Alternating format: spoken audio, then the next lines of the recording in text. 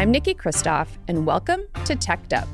On today's episode, we're back to talking about crypto, but this time positive, right now, real-life ways people are using blockchain technology. I know it's not exactly a message we're reading about much in the news at the moment, so I found the conversation with Stellar Development Foundation CEO Denelle Dixon to be a breath of fresh air. Right now, the industry is facing the threat of potentially being regulated out of the U.S. altogether, and she has a great perspective on why we shouldn't let that happen. Today, I am delighted to have a CEO in the studio whom I have admired from afar, Denelle Dixon. Welcome. Thank you so much. I'm so happy to be here. So you have been pounding the pavement talking about the Stellar Development Foundation, which is the project you're working on now. You, like me, come out of old tech. Old tech. Big That's what tech, we call it. Web 2. Yeah. Web 2, I guess, is what we're supposed to call it now. So Yahoo, Mozilla, and now you're working in the crypto space. Mm-hmm. And what I'm excited about to talk about today is the real use cases of this, because I got to tell you, the listeners of this podcast are like, are we done talking about crypto? Like, it's over, right? We're done. We're not done. I hope not. I don't think we are done. You're not going to invent these inventions, but they might be pushed overseas. So what I want to do is talk about what Stellar is doing. You guys have some real deal, real life uses, not even use cases, uses right now of the tech. And then I want to talk at the end about something I harp on about constantly, which is how this industry tells its story and what we could be doing better, especially in Washington, but in general. So let's start with the Stellar Development Foundation. What is it? The Stellar Development Foundation is a non-stock, nonprofit company. Why is that important, and why is that something I say all the time? We do not have shareholders. We don't have outside investors. We don't have anyone that we have to be beholden to. The only thing we have to focus on is our mission. And so the mission of the Stellar Development Foundation is creating equitable access to the global financial system. It's a big one. And it's a big mission. It should be. It should be like massive so that it takes us years to be able to accomplish it. And we think the best way to do that is to leverage the Stellar network and the notion of this open, borderless technology that can be leveraged for cross-border payments. It can be leveraged for securitized tokens. It can be leveraged for kind of anything. The beauty of it is that the network is great for asset issuance and payments, which is sort of the thing that I love about it. I love the notion of really focusing on those folks that are unbanked or underbanked all over the world so that they can get access to the traditional financial infrastructure in a different way. So that's what we do now. I spend a lot of time not just pounding the pavements about Stellar. I love Stellar. I love what we're set up to do. But I look at it from the standpoint of this industry needs to have interoperability. And if we don't have interoperability, it sort of ends up being the exact same financial infrastructure that we have today. So I talk about not just Stellar, I talk about the ecosystem and this whole blockchain technology piece at large and how we can like bring it together and interoperate not just with traditional financial infrastructure, but also with all the different chains, because each chain has a lot of value for what they bring. So principles-based approach.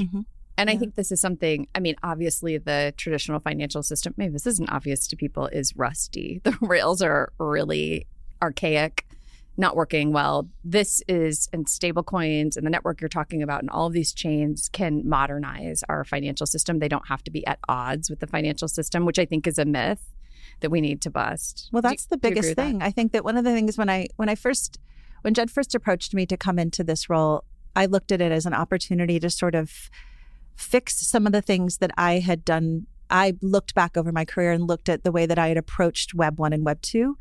And I sort of thought I did those a little wrong because we really didn't focus. We talked about interoperability, we talked about standards, and we did an awesome job in the underlying infrastructure layer of the web, but we didn't actually do it on the top layers. We created walled gardens. We created a lot of separation. We created a world where 5 companies could sort of own all the content. And so on the financial side of the web, we can't do that. And so I think it's so important to really take the learnings from Web 1 and 2 and say, okay, what can we do differently here? One of the biggest things is interoperability, standards, thinking about how we can create this infrastructure to enhance and not supplant the traditional financial infrastructure. Because the truth of the matter is, it works really well in some cases. You don't want to square peg round hole it. You don't want to say, oh, we got to use blockchain everywhere. The truth is, like, blockchain is awesome for some things, and the traditional financial infrastructure, awesome for some things too. So you blend the two together and you create a world of huge opportunity. And that's what we're seeing. Despite the fact that we hear a lot of negativity around crypto and blockchain, there's so much good that's happening already, leveraging these two sort of technologies together. And that's what I love about it, is that we really can create this interoperable world without borders and allow it to really bring in those people who were de-risked from banking or who have chosen not to engage because of where they are in the world. It might not be the safest for them.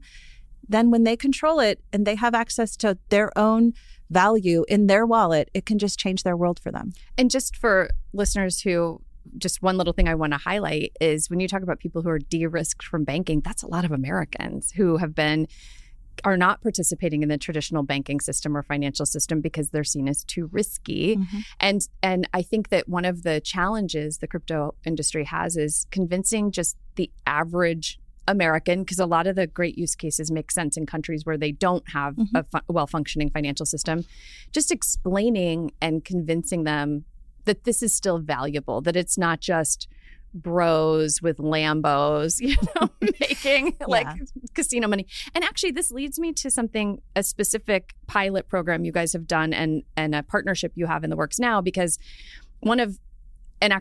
full disclosure, a friend of mine, I was saying like at a dinner party, crypto needs to do a better job with storytelling and blah, blah, blah, blah, blah. And she's like, isn't that your actual job?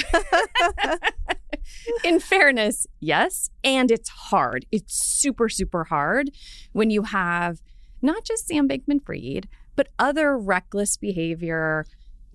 It's very hard to tell those positive stories. So that's one of the reasons I want you here. But also, we sometimes the narrative is often focused on two extremes.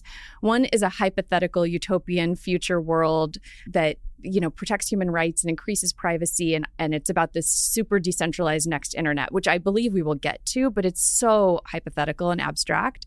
And the other is this fear mongering about the Weimar Republic, where you're going to have all your dollars in a wheelbarrow to buy a loaf of bread.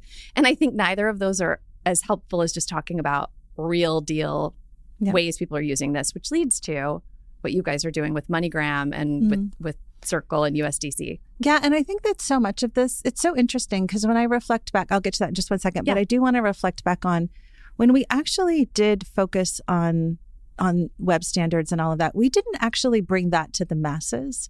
That wasn't the point. The point was what you want to do is bring utility, usability, and really interesting tools that solve people's problems to them. And we sort of did the reverse here, where we brought the technology and tried to bring that to the masses. And now we're like, oh, wait, what happened to the utility piece? Well, the truth is there's a lot of organizations who have been focused on the utility for a long time. But because we focus so much on the tech stack and on the crypto tokens on top of it, we've lost sight of the fact that actually nobody needs to be talking about this. And what we need to be doing is delivering real value through these tools. And so one of the things that we've spent a lot of time with at the Stellar Development Foundation, but with the ecosystem at large around Stellar, is focusing on and off ramps. Because as you mentioned, not just outside of the US, but in the US, there are lots of folks who have decided that they themselves don't want to participate in banking, or the banking infrastructure wasn't built for them because they've been de-risked from it. And so as a result of that, we have the opportunity to deliver utility to them that creates a change in their life. And that's part of what I think what we've done with MoneyGram is we say, crypto and blockchain, everybody says, we can, you don't have to have a bank account or a credit card to leverage it. You should be able to have this new banking infrastructure without it. And yet the only way to get onto it was using a bank account or a credit card, which, by the way, might be fine for, 60% of the population. But for those who don't have it, MoneyGram was the perfect relationship for us to sort of foster because they actually work with folks who are in the cash-based world, folks in the US who are in the cash-based world, folks all around the world. And so part of it is this I started in May of 2019 at the foundation. And I met with Alex, who's the chairman of MoneyGram. I met with him within the first month of going to the foundation because I realized that this is actually the space that we should pay attention to, those on and off ramps, bringing those cash customers into this space to leverage these tools. And so that's what we did with MoneyGram. So MoneyGram now you can go to, it's about 400,000 locations globally, and you can take cash in and you can convert it into USDC on Stellar, and you can have it, hold it in your wallet. You can choose to send those assets to your family, to your friends, to pay bills, whatever you do, whatever the wallet actually allows you to do. And you can off-ramp it as well. So you can cash out at a MoneyGram location, which to me is like so great to be able to combine this traditional financial infrastructure, the most traditional financial infrastructure, with this amazing technology. And so it's actually one of the things that it's so funny because when we officially launched in June of last year, so June of 2022. And I thought, this is just the most amazing thing to bring to this ecosystem at large, to really focus on these. And the truth is, it didn't get a lot of attention because it's not about trading use cases. It's not about like the whether the crypto tokens are up or down. It really is about the utility. And the truth of the matter is, I'm okay that didn't actually get the attention I think it deserved, because the fact is it's getting the attention from the end users. Mm-hmm. We're seeing this corridor between the US and Colombia that's opened up, leveraging Stellar USDC through different wallets. And we're seeing it increase dramatically because users there are getting money from the US, from their family or friends in the US, or maybe it's gig workers that are working in Colombia. And we're seeing like this huge uptick in volume there. Like this is just a pocket that I found really interesting, but it's kind of all over the world that we see it happening. So I love it. I think it's amazing. Right now, MoneyGram's doing it for no fees. So it's a great thing to use to be able to leverage the wallets that are connected to MoneyGram. And part of it was also getting MoneyGram to think about their business differently, opening up their infrastructure to other players. So make their APIs be available to wallets. That was like a new business opportunity for them as well. So it's a pretty awesome thing to see that it working together in that way. And I love the outcomes. Yeah. And if you just go to recap it in a really simple way, I think many people in finance and in tech and in the media do not realize how many Americans are using cash money, which don't get me started on places that won't accept cash. Mm-hmm. It's like I have Liz Lemon moments at those stores. I'm like, you need to accept cash because there are a lot of people who do not have a credit card. But what you're talking about is, one, if you can move it from a MoneyGram to a MoneyGram, that's much more secure than carrying it around. And if you're an American sending it overseas, that's a really good way to export US dollars. That's what, Allie on my team has actually done the math on this, which I'm sure will somehow drop into the show notes. But there's so many people sending money overseas after they've already paid taxes on it, and they have delays and fees, and they don't know exactly what's going to arrive. And this is a simplified way of getting that money to often their relatives, which a ton of Americans do. Yes.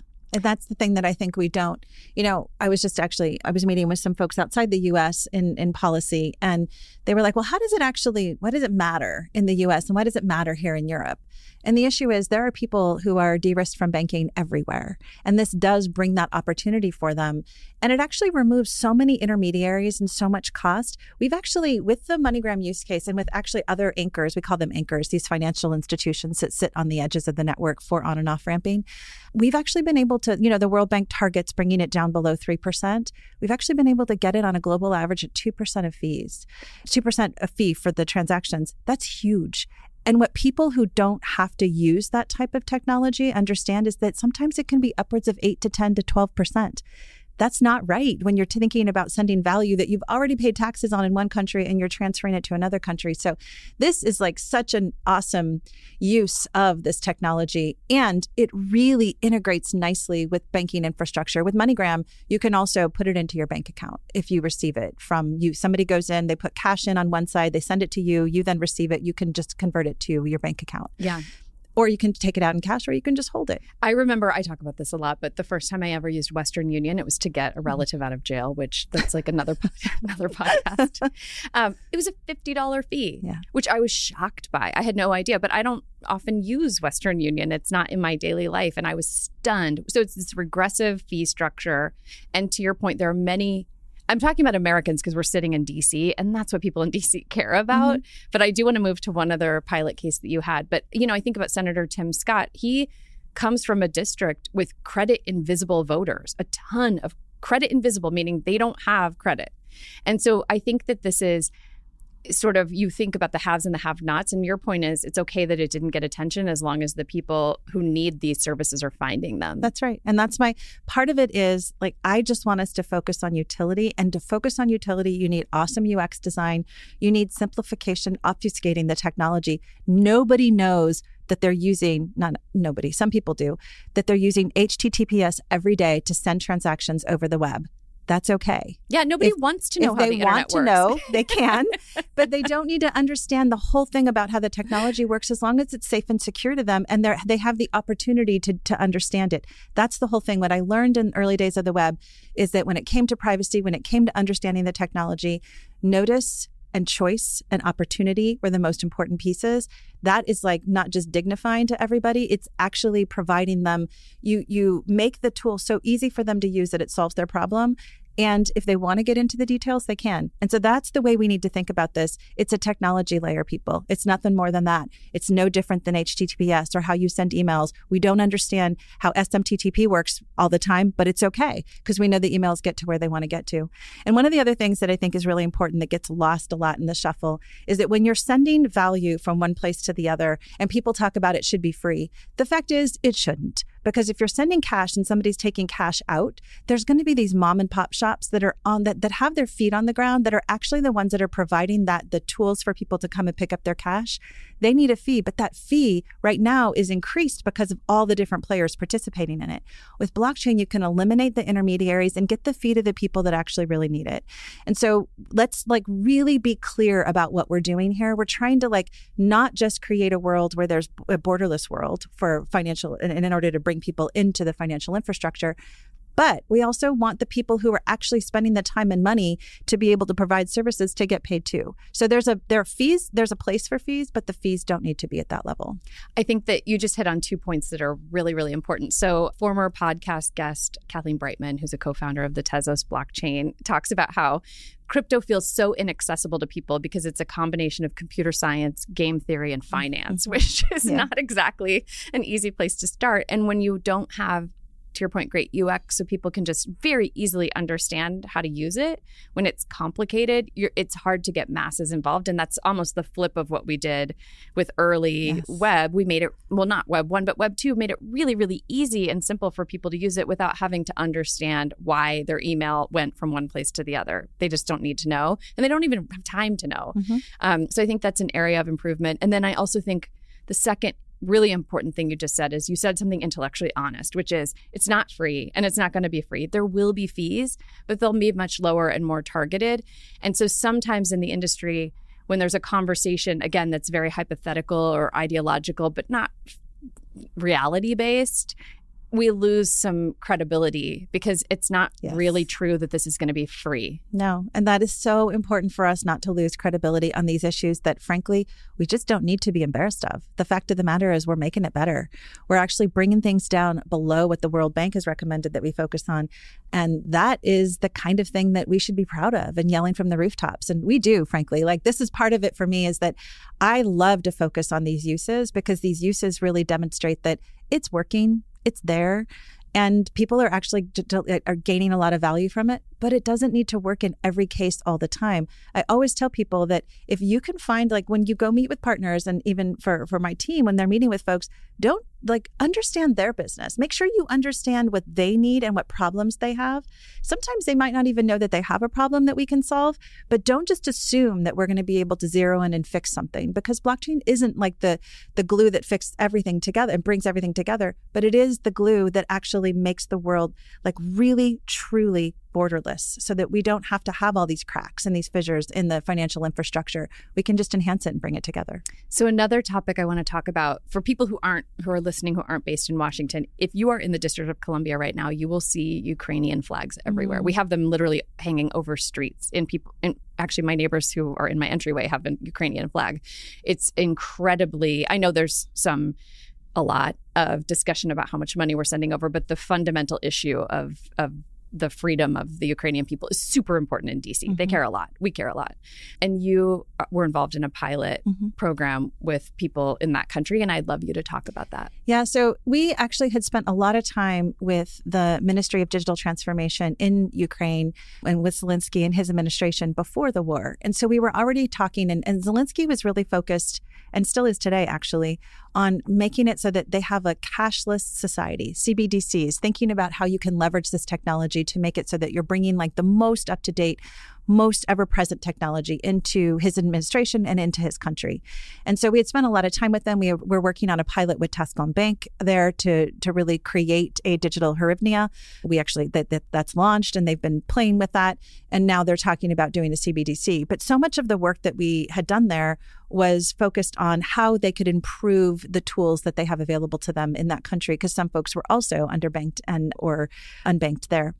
And so when the war hit, we thought, okay, like this is awful. We know, like we not only know the people that we're working with there, and they have continued to work so hard during the war. It's pretty remarkable to see it. It's totally remarkable across the country on all different sectors. It's amazing. The Ukrainian people, man, I know, tough. It's something to learn from that standpoint. And so when we looked and said, what can we do? Yes, we could donate money. Is that really the thing that we want to do? That helps. But, you know, one of the things that we think about is what tools can we provide to help them to create a different world for themselves. And what are we really good at? We're really good at payments. So we spent some time with the UNHCR. Actually, we started talking to them, I think it was in March of 2022.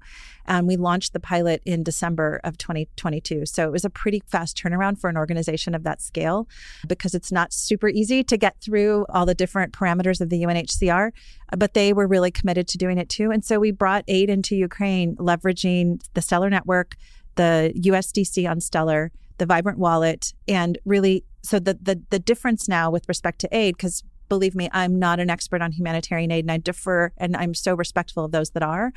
But what we were able to do there is that you receive a text message and it says you are able to receive aid from the UNHCR. Download this app. And then they download the wallet, which the Vibrant wallet is very, very user-friendly. It's that you don't actually have to be a crypto native to use it at all, which was a really, really big point for the UNHCR. They didn't want it to be like that. And they also wanted to sort of close off the pathways so that it wasn't about crypto. It was just about getting this aid. And so using a stablecoin, which is what we always prefer for any kind of payments, and you download it, and within 2.5 minutes after you go through the process of downloading the app and registering with MoneyGram, you actually receive the aid in your wallet. So 2.5 minutes versus what could be hours of waiting in line, what could be, hours of having, or you walk out of your house because it's not safe there and you're going to this environment to go pick up the cash. These are all really big challenges. You can do it in your basement. Or literally people are in subway tunnels could do this. You can do it wherever. And then what you can choose to do is, do I want to cash out now? Do I want to go to MoneyGram and get my cash? Am I planning on moving to Poland? Well, I can move to Poland and cash out in Polish currency. I don't have to cash out in the hryvnia. So the greatest thing about this is it provides dignity and choice for those who are feeling that they don't have that in those moments and the most in need. And so that's the thing that I love about this. We worked on creating a bulk disbursement tool so you can upload thousands and thousands of transactions at once and send them. And it works beautifully. And what we've also seen is that some users do have bank accounts and then they want to transfer the value into their bank accounts. Again, it's all about choice. So the tool itself gets it there so fast, securely, and into the user's hands. And the users don't have to worry about anybody else having access to that value except for themselves, because it's a self-hosted wallet. Right. So you don't have people. So just to really drill down on this, you can have and do have a citizen in Ukraine in the middle of bombing in their apartment with their cell phone. They're entitled to aid. They can't go get it in another more traditional way because they can't leave their house safely. If they did go get it in a more traditional way, there might be scraping of the, people taking their corrupt cut of the aid, right? That happens all the time with humanitarian aid. So they're entitled to it. They download an app.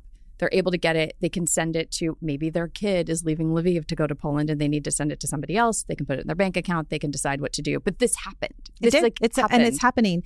And we did it with the IRC as well at the same time period. We did 2 pilots with them. And with the UNHCR, they're looking at doing it not just in Ukraine now, but other countries, because it is a very streamlined process. Again, It doesn't have to be the tool that's used everywhere, but it is a tool in their toolbox that they can leverage that brings a ton of value to them, to the UNHCR, because of the transparency, the speed. They can actually now demonstrate to their donors exactly where the value went.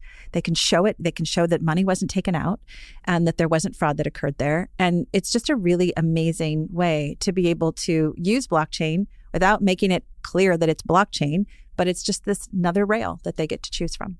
So the thing that I want to end on, and I've heard some of your testimony in front of Congress, and I think you're an excellent storyteller. Thank and you. I know you just said it doesn't really matter if we don't get a ton of attention because the people who need to know, but the industry couldn't be worse. Like the press situation couldn't be worse. I think there are a lot of reasons for this, but we're not telling. I don't think we're speaking in the right way to the right people. So if you have advice for others in the space you and I are both working, and you're doing it full time, I only do it part time, but it's like you somehow end up down this rabbit hole of being like, no, I really hope we don't, shoot ourselves in the head. Like we have to actually get this right. What is your advice to the industry, to founders, to the people talking about this if they want to move the needle? You've been in Washington quite a bit over the past year. What's your best advice? Well, part of it is something that I think that we forget. And so I'm a mom of 5 boys. And one of the things that I would forget is listen. So it's the listening piece. And so my kids have taught me a lot about the need to listen to their perspective. And when we listen to the perspectives of the policymakers, the regulators, sometimes the fear, and understand that fear, and then can respond instead of walking in and saying, let me tell you. We just listen and we hear, and then we go, okay, I heard that, and here is my response to it. And then you can lay the story out. So much of it is about the listening and then responding in a way that makes sense to what you heard instead of actually trying to get only your points across. So that's one thing I think we can do. The other thing is we spend a lot of time looking at the challenges that we're facing in the industry, which I understand because I feel it too. But we're not a victim. We actually can own this and we can turn this around. And I want to shift our mentality to like, this stuff is happening to us, to know, let me show you how we can bring this to you. And then it's no longer happening to us. We're changing the narrative. And that is such an important piece of saying, no, we've got this. And I believe we do, by the way, because the uses out there are so strong and the utility is so valuable that it's just going to be 10 years from now, just like HTTPS. We're going to be using this technology in the same way. So we've got this. Stay calm, listen, and then tell the stories. Don't just fight back. Actually explain it in a way that's like simple and truth and really gets it there. And I think that so much of that is lost right now because there's a lot of fear on both sides. And so that fear generates a lot of anger and frustration. And I think that if we just sat down and had conversations, it changes the dynamic. I also think that one of the big pieces of this is bring the utility, but bring the notion of not talking about the technology layer. The tech stack isn't what we're selling here. We're actually selling what it does. Let's talk about that. Bring those people who understand, humans and human character. And I love to talk to operators because so much of it is like the operators don't come and spend a lot of time with policymakers and regulators. And that's actually who they want to hear from. So operators know what their product can do. So bring that to DC, bring that to Europe, bring that everywhere.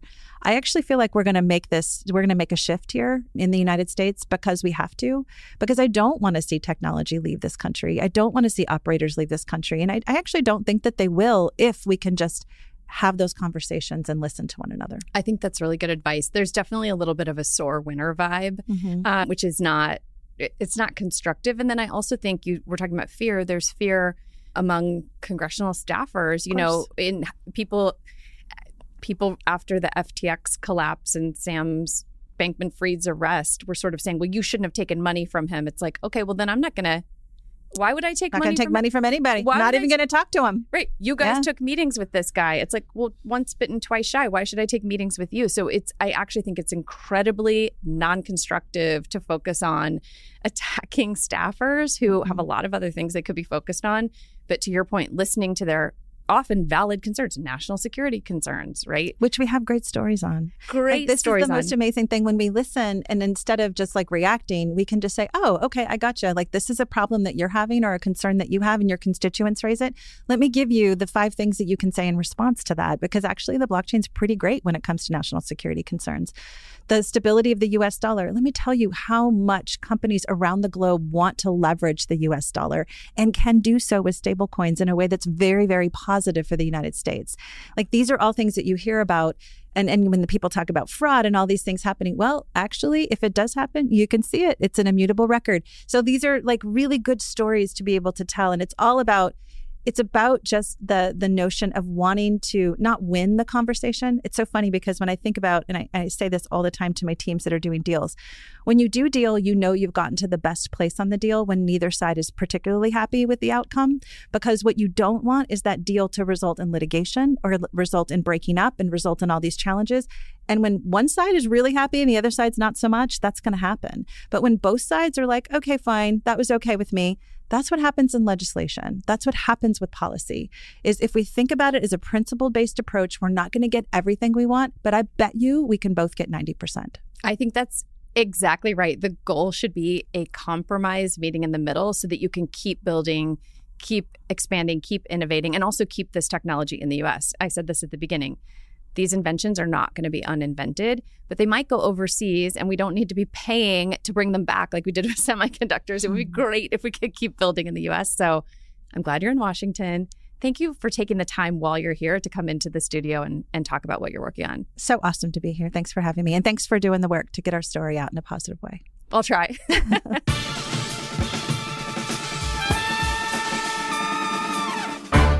As always, thank you for listening. In our next episode, we take a serious dive into the dark underbelly of social media with Previn Warren, partner at law firm Motley Rice. We're talking Instagram, Snapchat, YouTube, and Facebook. And no, I don't consent to the Meta rebrand, and I never will. And of course, we're talking one of my favorites, TikTok. Previn and I don't really agree on everything, and I'm grateful that he agreed to come into the studio to talk. But what he does have to say about the evidence that social media harms our kids, socially, psychologically, even physically, is something that we all need to hear.